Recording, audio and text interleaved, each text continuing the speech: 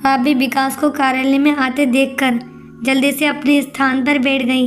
कैमरे पर नज़र डालते हुए राबी कुछ सोचने लगी।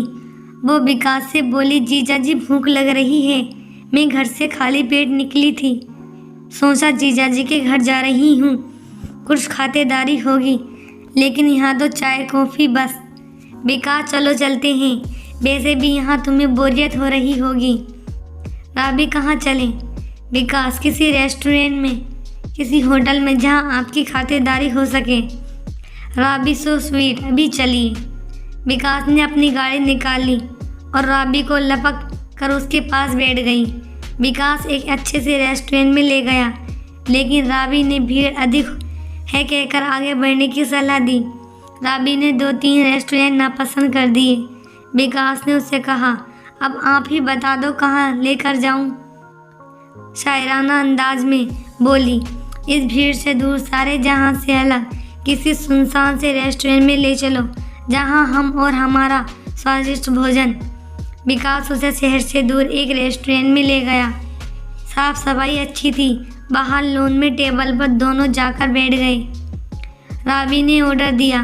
विकास फास्ट फूड कम पसंद करता था, लेकिन राबी को पसंद था। आसपास की मेज़ों पर अधिकतर युवा जोड़े बैठे थे।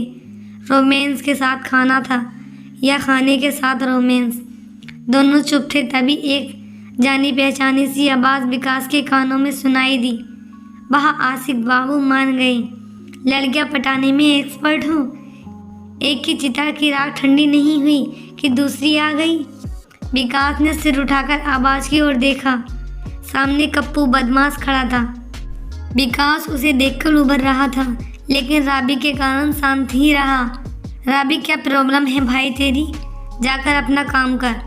कब्बू बदमाश, भाई इस बार तो आग का गोला पसंद किया है, छुईमी नहीं। राबी भाई, अपनी उल्टी सीधी बातें करने के बजाय अपना काम करो। भोजन और भजन के समय डिस्टर्ब करने वाला व्यक्ति सीधा नर्क में जाता है। कप्पू बदमाश, वाह क्या बात है, कसम से मज़ा आ गया। तीखी मिर्ची बड़ी तेज रे रसिया, तीखी मिर्ची। राबी ने विकास की तरफ देखा। वो चुपचाप खाने में लगा हुआ था। उसे पता था कि राबी पुलिस में है, इससे स्वयं ही निपट लेगी। राबी ने कुछ सोचकर अपना खाना बंद किया, खड़ी हुई और एक करारा सा झापड़ कप्पू बदमाश के गाल पर रशीद कर दिया। कोमल मुलायम हाथ हथौड़े जैसा पड़ा। एक बार में कप्पू बदमाश का गाल झंझना गया। उसने गुस्से से राबी को घूरा और बोला, आशिक बाबू, तेरे नसीब में प्रेमिका है ही नहीं। तेरी पहली मासूका ने मुझे मेरी औकात बताने की कोशिश की और इस मासूका ने मुझ पर हाथ ही उठा दिया। राबी ने ये सुन उसकी, अब तेरी जिंदगी में केवल 3 दिन रह गए। आज से तीसरे दिन तेरी अंतिम यात्रा निकलेगी।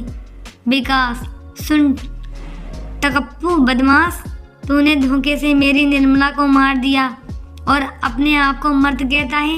इस बार तूने इसकी तरफ आँख भी उठाकर देखा तो तुझे पछतावा होगा। कप्पू बदमाश, ठीक है, मेरा चैलेंज है, अगर 3 दिन के बाद तुम इसे जीवित देख लोगे तो मैं हमेशा हमेशा के लिए तुम्हारा गुलाम बन जाऊंगा।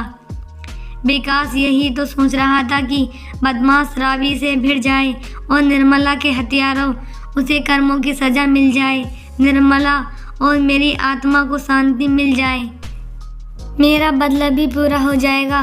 राबी ने इस बार उसके पिछवाड़े में एक लात मारते हुए कहा, 3 दिन क्यों? अगर मर्द है तो आज ही सामना कर ले। 3 दिन में तेरे चाले चपाटे हो जाएंगे ना। अरे, अपने आदमियों के बल पर कब तक लड़ेगा कप्पू बदमाश? कुछ भी सही, तुझे 3 दिन की मोहलत मिल गई। राबी, ओके, जैसे तेरी इच्छा। कप्पू वहाँ से भाग लिया। राबी विकास से, हाँ तो जीजा जी, यहाँ कौन था और निर्मला से इसकी क्या दुश्मनी थी? सारी कहानी एक बार और सुना ही दो। विकास, इसी बदमाश के कारण मेरी पहली मुलाकात निर्मला से हुई थी। सड़क पर टायर बदलने के कारण मैं व्यस्त था, तभी निर्मला मेरी सहायता करो, कुछ गुंडे मेरे पीछे पड़े हैं कहकर मेरे पास आई। मैंने इन लोगों को भगा दिया और उसे गाड़ी में बिठाकर कॉलेज ले गया। उस दिन से मेरी निर्मला से दोस्ती हो गई। धीरे धीरे दोस्ती प्यार में बदल गई।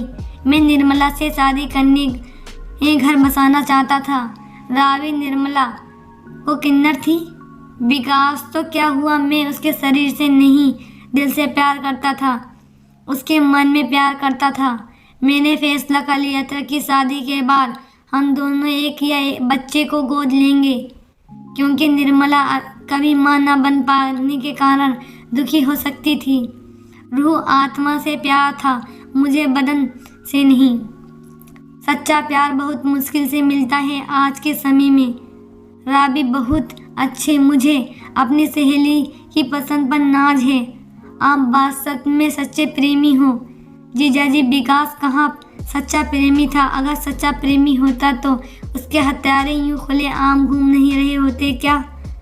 क्या सच्चा प्रेमी नहीं, एक कायर इंसान हूँ।